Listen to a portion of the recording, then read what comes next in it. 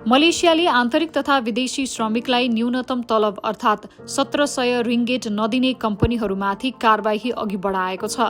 मलेसियाको सरकारले हालसम्म न्यूनतम पारिश्रमिक नदिने 35 सुरक्षा गार्ड कम्पनीलाई कारबाही गरिसकेको हो।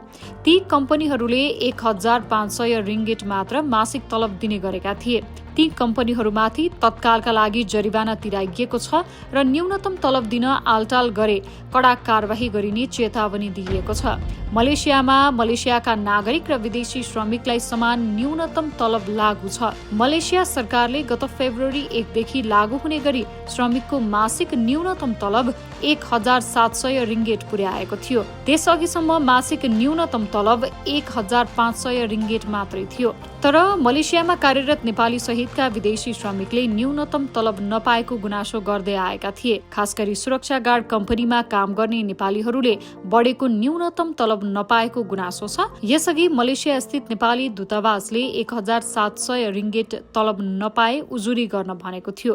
मलेसियामा करिब 4 लाख नेपाली कार्यरत छन्।